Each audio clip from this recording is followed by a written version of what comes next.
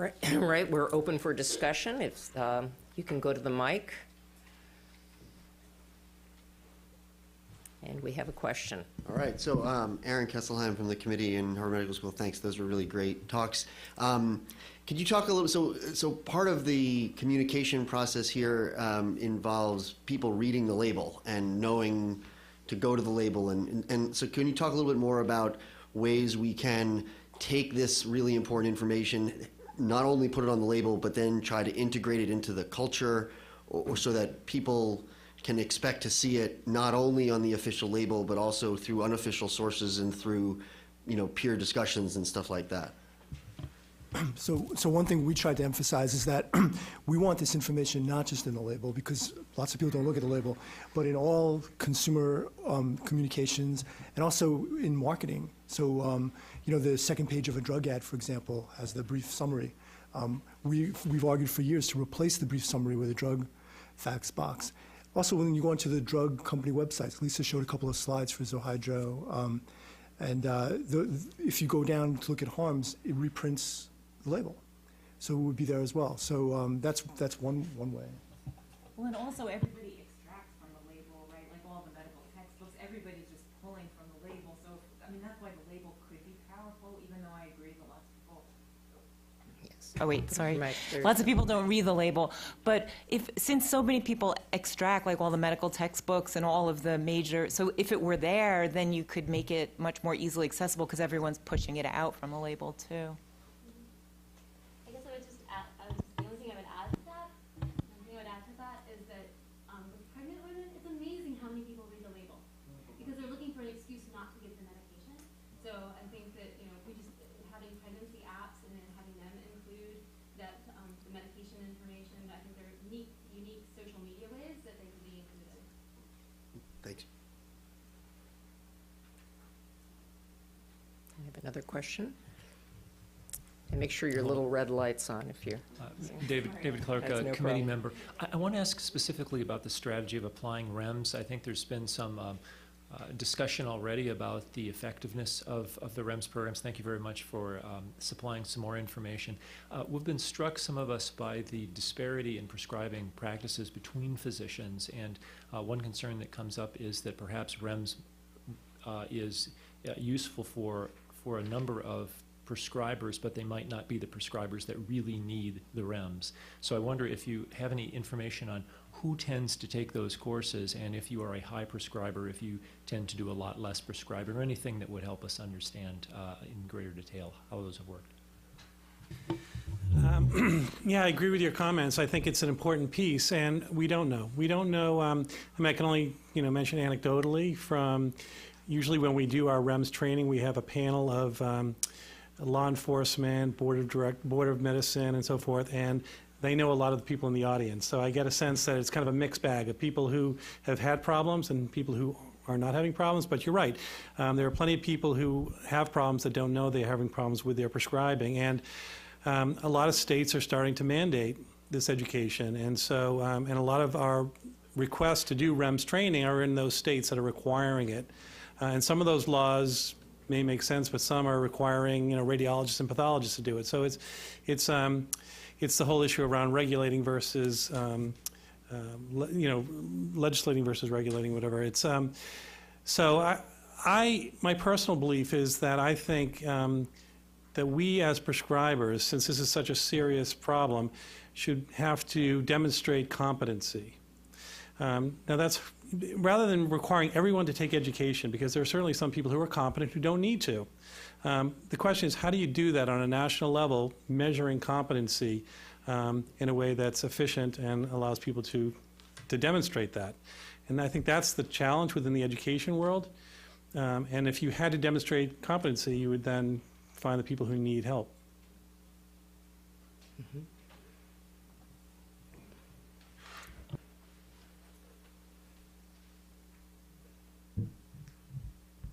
Linda Burns-Bowden, member of the committee from Cedars-Sinai Medical Center. That last point about demonstrating competency, do you think that it would be of value, I know that in some states we've started doing this, of tying it to relationship in terms of not only for anyone who is a prescriber, And I'm emphasizing prescribers as your presentation did, because there's nurse practitioners and physician's assistants and others. So to get your license renewed, you would have to demonstrate some type of competency. Yes, I think you're right. It needs to be linked with licensure, DEA registration, or something, because I do fear. I fear that if it is not, that there will be people who opt out. And believe you me, from my experience, there are plenty of physicians, nurse practitioners who would love not to do this, who would love to say, I'm not allowed to do this. And maybe they shouldn't be doing it if they really don't want to do it, although I would argue if you're someone in the healthcare profession, you need to know how to treat chronic pain. And treating chronic pain means having all the tools available to you. And one of those tools happens to be opioids. And yes, we're overprescribing, but I think some people still benefit. And so yes, I do think it needs to be linked. Now, some people would argue, well, is that fair? We don't link everything else. But this is a different situation, right? This is a much more urgent need for something. And so, yes, it should be linked. Thank you. Well, I guess we have another question. Yeah, Paul Jarris, Munch Times. For Andre, I had a question. As I understood what you were saying, you were pointing out potential harms to label changes for concerning pregnancy. I was talking to somebody from Kentucky, a neonatologist last week, telling me that still 30% of his NICU is NAS kids. So if it's not labeled, what do you suggest? Because there, at least as I look at it, there seems to clearly be overprescribing, or perhaps even ignorant prescribing. So what do you suggest if it's not a label? I don't think a label's enough, but I think I hear you saying the label's harmful. No, I didn't mean to say that remove it from the label, but I think the language needs to change to be more neutral, like the old way that it used to be. I think it needs to be more neutral and to actually quantify, what % of babies on either medication have signs or symptoms of NAS, are treated for NAS, and maybe even giving some recommendations of structural things. For example, treating babies in the NICU might not be the best place for them to be treated, because you want low lights, unless it's like a trauma-informed or specialized NICU where they keep the lights low, where there's not very much noise, where there can be skin-to-skin contact, where there's breastfeeding that's encouraged. I mean, I think that, not to remove it from the label to say it doesn't exist, it absolutely does exist, but it's how we talk about it, the language that we use is really important. That was my point. And I have a question. Several people talked about having a best estimate or a quantifiable estimate, and in particular about long-term outcomes. And you indicated that there was not good evidence necessarily for long-term outcomes. If we stipulate that to patients, we know from research on ambiguity and uncertainty that patients will sort of overreact to information about lack of evidence, and they will say, and they will think that it means that it's completely ambiguous. So how can you avoid that potential harm, informing people about the uncertainty of surrounding evidence, but at the same time not giving the misimpression that there's really great uncertainty, that it's essentially 50-50?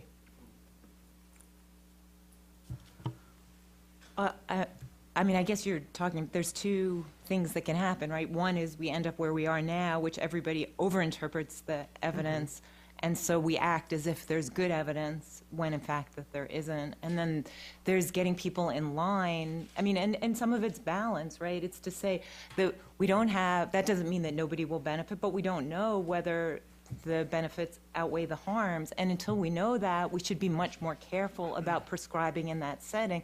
And I don't think that's necessarily dissuading people from taking an effective treatment, because we don't know whether we're harming. I'm talking about like the evidence by like Dr. Paul Hahn and people like that, that's how patients react to ambiguity information, which he thinks, of course, is very important to communicate. Right, but part of it may be how it's communicated. So, you can say things in many different ways and get all sorts of effects. I think messages need to be carefully tested before they're disseminated. Just like a new drug, as Baruch Fishoff says, messages should be treated like drugs. You don't want to disseminate them before they're tested. So I think it's possible. I'm confident that people are, by and large, smart enough to understand this stuff, and you should be able to craft messages that communicate it without, alarming them or doing what Paul Hahn has found. So trust but verify. Trust but verify. Are we? We still have some time, or? We do, okay. Well, then, I have another question then. Dr. Jones, you mentioned that there are assessment tools that are, really good at this, and you alluded to that several times, that we really haven't had that many cases of neonates that were, identified. What kind of assessment is done, and how do we know it's reliable and valid? So there are a number of different tools. So obviously there's the Finnegan, which is the most common tool. It was developed in the 1970s around it's very clinically driven. So it didn't have psychometrics, rigorous psychometrics. We know that there are other tools that have been developed more recently that have psychometrics. So the good news is that we have options. And I think there's been a tremendous amount of scientific attention given to this. And the other sort of good opportunity that we've had is, for example, the Vermont-Oxford network has done a tremendous job looking at looking at protocols, the variations across the United States, getting everybody together, just even literally having a protocol around assessment and treatment of NAS can reduce the numbers of babies that actually require that kind of treatment, can reduce the length of hospital stay. So there's a tremendous amount of data and publications that are coming out now to provide really nice guidance about what are the best practices that we can do because we want babies to be healthy and happy, and we want moms to have the best opportunity too, and for it not to be used as a punitive thing where baby is just automatically removed, but what are the opportunities in terms of social determinants of health and the other sort of structural issues that have led women into opioid use disorders. We can take this as a teaching opportunity, help teach good parenting skills, help improve sort of the social circumstances. And these kinds of assessments can be widely disseminated to community hospitals as well as... I think the Vaughan network has proved that you can do that. It's all over. Yeah, it's huge. I don't know if there's an answer to this, but I'm wondering if there are other recent examples of unproven therapies being introduced at such a massive scale in the country. We had autologous bone marrow transplants for breast cancer. We got sued. There were injunctions. We learned it killed more people than it helped when it was finally studied. But is there an analogous situation where something so massively is introduced it's unproven? Sure. Low T, is it low T testosterone for low testosterone of aging? A massive public campaign to convince people that this is an important disease that needs to be treated with no real evidence behind it at all and real serious questions about harm. That's, I think, a great example. All right. Well, are we taking a break, Deborah, or are we just moving to the next session?